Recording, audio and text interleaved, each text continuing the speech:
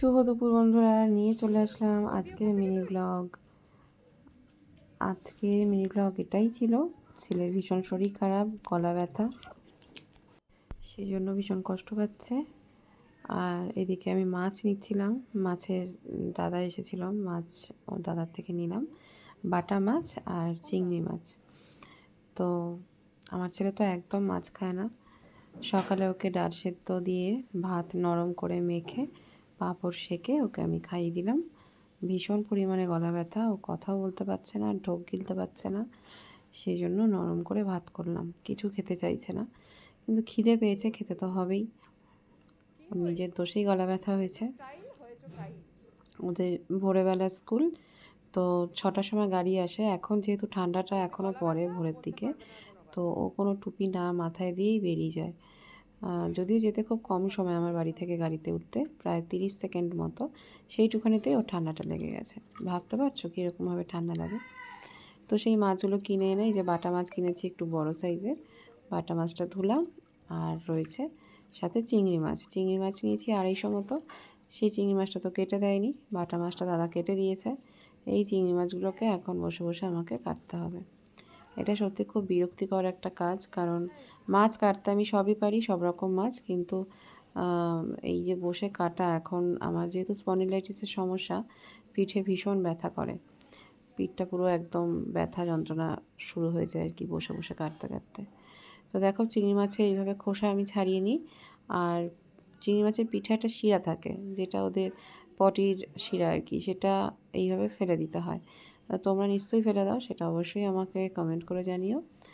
আর এই সমস্ত চিংড়ি মাছটা কেটে একদম সুন্দর করে ধুয়ে নুন হলুদ মেখে আমি রেখে দিলাম ফ্রিজে, পরের দিনের জন্য আর কি।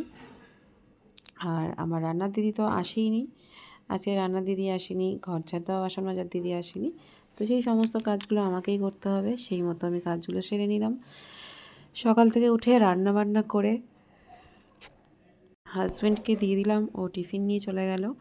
ভাত, ডিমের তরকারি, অনেক কিছুই করেছিলাম মোটামুটি, ও নিয়ে চলে গেল। আর তারপর আমি আমার এই কাজগুলো সারলাম। আর এদিকে একটু চিংড়ি মাছ 5-6 পিস ভেজে নিলাম নিজের জন্য, আর বাটা মাছ ভেজে নিলাম।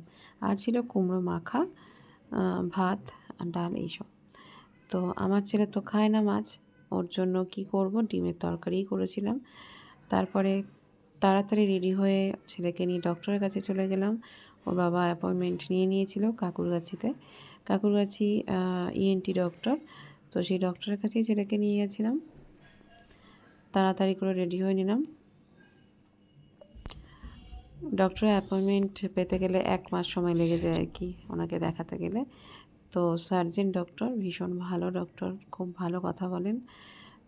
আমার তো বেশ ভালো লাগলো।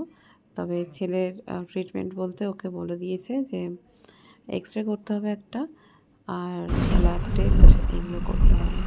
আর একটা ছোট্ট ওটি করলেও করতে হতে পারে, ওর নাকে পলিপ আছে, সেই পলিপটাকেই আর কি গলিয়ে দেওয়ার জন্য। এইসবই শুনলাম, ওটা আগেও শুনেছিলাম 1 বছর আগে।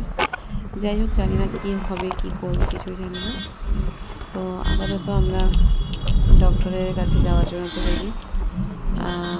এই যে যাচ্ছি, দেখো আমাদের এখানে new town, sorry new town না, লেক টাউন, লেক টাউনে যে টাওয়ার ক্লক আছে সেটা তোমাদেরকে দেখাবো।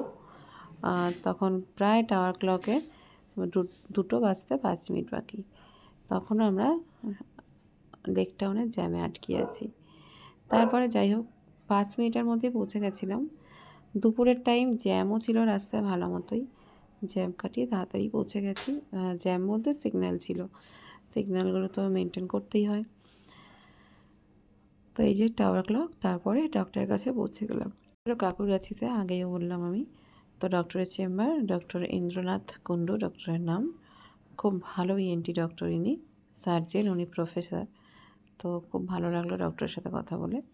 আর আমার খালি পেট, আমার গ্যাস হয়ে গেছে, বমি বমি পাচ্ছে ভীষণভাবে। তো সেই জন্য একটু থামস আপ খেলাম, ছোট্ট একটা থামস আপের বটল। আমি খাই না সচরাচর, সত্যি খুব কষ্ট হচ্ছিল, সেই জন্যই খেলাম। এই যে ছেলে চিপস হাতে নিয়ে দাঁড়িয়ে আছে, খাচ্ছে না, যদিও ওর গলার অবস্থা খুব খারাপ। নিতে হয়, নিয়েছে, ইচ্ছে ওর খাবে। ওর বাবা গাড়ি বুক করছে, আমরা বাড়ি ফিরবো, তাই আমি বসে বসে একটু ভিডিও করে নিলাম। তারপর গাড়ির মধ্যে আমি আর ছেলে চিপস আর কোল্ড ড্রিঙ্কস খেতে খেতেই বাড়ি ফিরলাম। বাড়ি ফিরতে পুরো 3টে বেজে গেছিলো আর প্রচণ্ড পরিমাণের খিদে পেয়েছিল আর ভীষণ টায়ার্ডও হয়ে গেছিলাম। এই ওষুধগুলো দিয়েছে, এটা ছিল অ্যান্টিবায়োটিক, কানের ড্রপ, নাকের স্প্রে আর একটা অ্যালার্জির সিরাপ। আর ও তো কিছুই খেতে পারলো না। বাড়ি এসে ভাত দিলাম ডিমের তরকারি দিয়ে, একটুও খেতে পারলো না, এক গাল খেলো। আর আমি ভাত খেয়ে নিলাম। ও তো খেতে পারলো না, আর ভাতগুলো রেখেই দিলাম, যেহেতু আমি ডিম খাই না তো ভাতটা একরকম নষ্টই হলো। আর ও কিছু খাবে না বলছে, কান্না করছে, ও কিছু খাবে না, খেতে পারছে না, গলা ব্যথা করছে। তো আমি ওর গলায় শ্যাক করে দিলাম এইভাবে, আর লবণ জলে গরম জলে গার্গেল করালাম। এগুলো করানোর পরেই ও একটু ঘুমাতে পেরেছে। আর আমি সেই মাঝখানে ওর জন্য একটু সুজি বানালাম, দুধ দিয়ে সুজি বানালাম। ওই সুজিটাই আর কি ও খেতে পারবে, এছাড়া কিছু খেতে পারছে না। আর পুরোপুরি খালি পেট, কষ্টও পাচ্ছে খিদেতে। তো সুজিটা বানিয়েছি, বানিয়ে তারপরে ওকে ডাকলাম সন্ধ্যাবেলায়। তখন প্রায় 8টা বেজে গেছে, 8টা না হলেও 7টা, সাড়ে 7টা বেজে গেছে।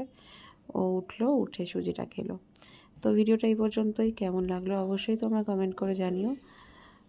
আবার একটা নতুন ভিডিও নিয়ে চলে আসবো।